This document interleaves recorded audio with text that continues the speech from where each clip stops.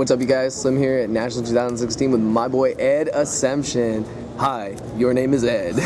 And he just top 64'd. He got what place to get into top 64? I got 64th place. 64th place, the freaking legend. And what did you lose to in top 64? I lost to the first place guy. He was playing Draco Pao. Draco Pao, yeah, he was like 11-0-1. Guy was like on a roll, but yeah. I like Super Brick Game 3. Yeah, it happens. Yeah, what deck did you choose to play? I just played Domain Monarch. What was the reason behind that? Over like the extra deck Monarch? I think Domain Monarch is like way more consistent at actually like summoning Monarchs. And there's honestly like way less decision trees, so I'm less likely to mess up when I play Domain than extra deck. Makes sense. All right, well, let's see what you played.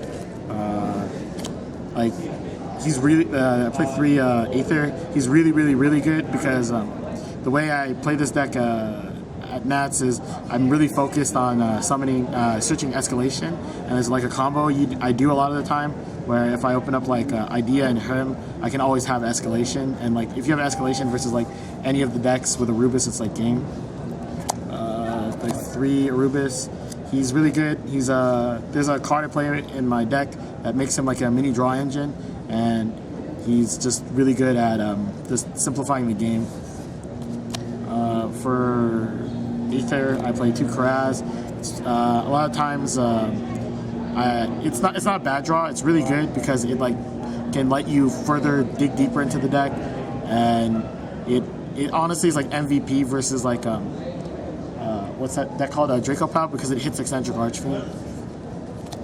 I play 1 Thestalos because I play Mithra, so like sometimes opening up like the Thestalos combo is like really broken, like you just discard 2, and like this card doesn't get Chaos Trap hold. It was Mega Mobius for a while actually. I play 1 Kaius. Oh, okay, you gotta explain that. So I play Allure of Darkness, so I want more darks. Also, because when I have escalation, I want to use because this was Mega Kaius actually for a while, but I played this because it's a 1 tribute, so it's like way easier to get off, and I want to save my Stormforce for use with Aether, and I want to use escalation to summon him. And like he answers like everything. He's like crazy good. And like in the mirror, you banish primes, and you should like just definitely win. Yeah, makes sense. Then I didn't play Red Layer because I don't know. I feel like it doesn't do anything, and it's I don't know. It's not powerful enough. Like, sure, it's consistent, but like if you just get to play with this deck, like you automatically win. So I play 2 Idea. I don't play 3 because if you have multiple in your hand and it's dead, it like sucks super bad. I don't play any way to discard it. So once you resolve one, you should like you have it for the rest of the game. So I never felt like you needed it. So I played this in a Rhoda. Then I played 3 Eidos because you want to maximize this because if you just want to have more ideas to summon because like you want to basically outgrind your opponent. And I played 1 Mithra. You get to double tribute summon. You get to open up the nuts against your opponent, and it's more cards that Idea can summon from the graveyard. Makes sense, right? That's for the monsters? Yeah, that's it for the monsters. It's like a super low monster count because I'm not playing like Maxi, Baylor. Like I have no hand traps I think to my side at all, like anywhere in my deck. Oh wow. And yeah, I don't even play like Red Layer or like other consistency cards because I don't think they're that good. Alright. I play 3 Tenacity because every card in your deck is like super OP. 3D draw. 3D. This is like if you open this and it's live, you're probably just gonna win the game. The star of the show. This card's broken. Like the main reason why I think this deck is good is because Domain has like so many broken effects. Like being able to tribute 1 lets you resource your manage your resources like a lot, and like I won so many games from damage by like attacking over stuff. Yeah, the plus 800. Yeah, came in crucial. This is like kind of weird, I guess. I played 2 Return, so like normally people play 3 Return, but off of Pantheism, I always if I show them like 2 of this and a Pantheism off my Pantheism, they're usually going to give me this because they think I'm bricking and they think they're trying to make me give them the Pantheism. So I could always just try to give them it. Also, you can just search it. And this card like got way less, not as good, just because people play Chaos Trap Hole and Scolding. This card, it's like the offense and defense of the deck. It's like ridiculous. Like the person who if you have this and Aether, like your opponent just can't kill you that turn. Foolish because it is both a it can technically turn into an idea effect because you never want to draw more than one idea. So you got to dump it and you got to add back a spell. Also, it's like an anti-brick card because it dumps an Arubis, and Arubis basically turns into anything. Or if you already have Arubis, like I've done this a lot where I foolish Aether when I have an Arubis and then try to add back the Aether. Sense. Rhoda, because it's the third idea. Upstart because your deck's like hella bricky, so you want to like be able to play. So 39 cards is good. It's like I guess the unique part. Part of my deck. I play 2 trade-in because the hands where you draw all spells are usually never bricks because if you have Pantheism, it lets you draw into it, or if you have Tenacity and you have a Monarch, it's like it lets you play. So like the worst hands in the deck are like multiple Monarchs, you don't actually get to do anything.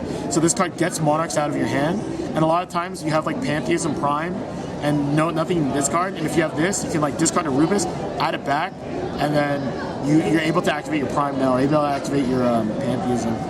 And then I played one Allure because Eos is super powerful in this deck because it gets multiple idea effects, but it sucks when you draw it. So I wanted a card that lets me like filter out my deck and get rid of the bad hands full of monsters. Makes sense.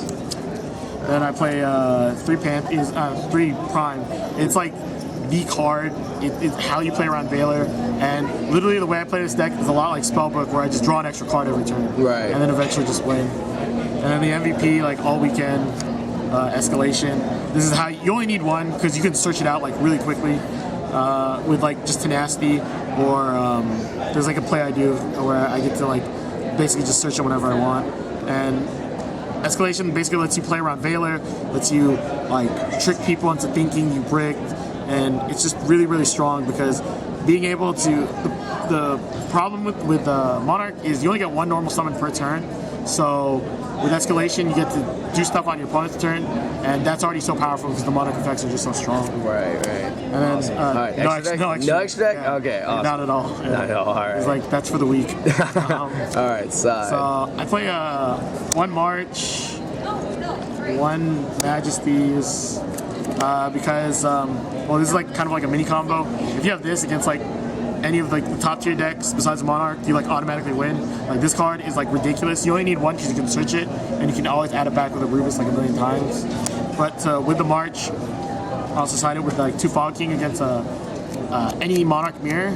Like extra deck automatically loses if you have this, and the domain, because all their XYZs get locked out because you have domain, and they can't tribute summon, and you can't even Veiler or Breakthrough skill it. So you need to like Twin Twister or MST, and then find a way to out the Fog King. And then I sided Zaborg because like going first against extra deck decks, this is like automatically game. Like you get rid of Dante's and you leave them with like all useless cards. And then in the extra deck mirror, like if you catch them off guard and hit their Aether, 1, you can blow up their Aether, but 2, like you get to banish 8 cards from their extra deck. And if you just banish like the rank 5s, then you're playing the same deck, but then their instant fusion or their brilliant fusions are super dead, and you're playing like a way more concise deck, so you're gonna just like be able to play way more than them. Makes sense. Then for my Spawn Trap Hate, so this is like sided against every deck. Like 1 MST, 3 Twin, and 2 Storm. Ooh, 2 Storm. So how did the Storm work out? Storm's really good. Storm's really good because 1, it doesn't target. So if you Storm and then they like preemptively flip Call, like to try to special summon a thing and they wanted to get destroyed to get the effect, you can just be like, no, I'm not going to do that. I'm going to destroy the other backfield. And they have to activate Cosmojo immediately. But most importantly, it doesn't get Magical Deflector, and that's like crazy strong. But I never side all 6 at once. Like I always side out like just like at most I side in 3, because like you never want multiple Twin Twisters against Pepe because you're just gonna brick. So against Pepe, like you want like this, like 1-1-1 or like 2-1-1, and because you just want to be able to play. And there are times where there's never a time where I want multiple Twin Twisters, so I usually never side all 3 at once. Except for like what's that, Demise decks, because right. yeah, I just want a million of them. So this is for the mirror. literally just stops Stormforth and stops Return. It's really strong because like basically the entire mirror is all about stopping Stormforth. So yeah, it's the thing. And I guess like the spicy Oh tag. my god, that spicy tag. Ooh, mirror- the Yugis. 2 normal mirror forces. Okay, explain. Okay, so I want to say shout outs to Squiddy, Chansey Wigglespoe.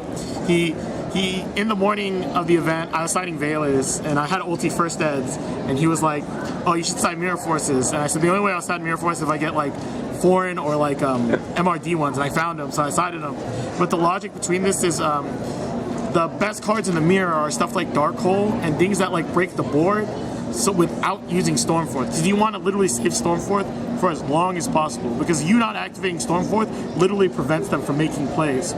So in the Monarch mirror, like they try to overextend to where it doesn't matter if you get Stormforth because you gain so much advantage, and they try to apply pressure. So when you mirror force them, like one, it makes their Stormforth dead because they need to have a Pantheism to do it, and they won't have a monster. So like they run out of monster, they run out of things on field, and the Monarch mirror is all about board presence.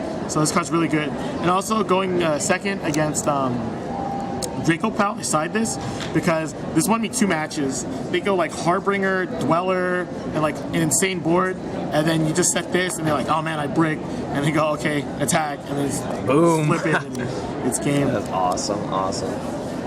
All right, man. Awesome job. Yeah. Congratulations. Is there anything you want to say, like in matches about the deck? Anything you would change or? I think the deck's like near perfect. I guess a lot. There's a couple of my friends that are playing the deck, and they've all top 64. Awesome, awesome. All right, any shout outs or anything? I want to shout out, of course, Team Ryan's card, the best team. Sorry, Jobber. Zach Stone's the top, and like everyone is just hella good from that team. Yeah. Shout outs to Jobber. Without him, I wouldn't be like doing Yu-Gi-Oh so hard. Yeah. Shout outs to Adrian. Shout outs to Paulina, and shout outs to Nick Castillo. He's my best friend. All right. Yeah. Awesome. Congrats, man. All right. Thanks.